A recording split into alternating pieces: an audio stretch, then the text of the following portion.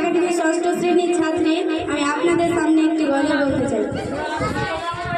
যখন সন্ধে হলো সঙ্গ খেলা, তুমি কেন নিতে এলে না?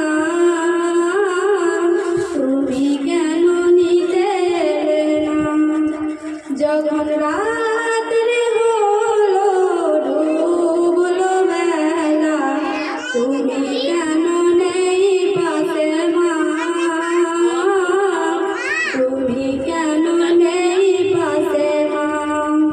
সকাল হলে সবার আগে উঠাও ডেকে যাও নামাজে। এখন কেন আগের মতো মধুর সে সুর শুনি না?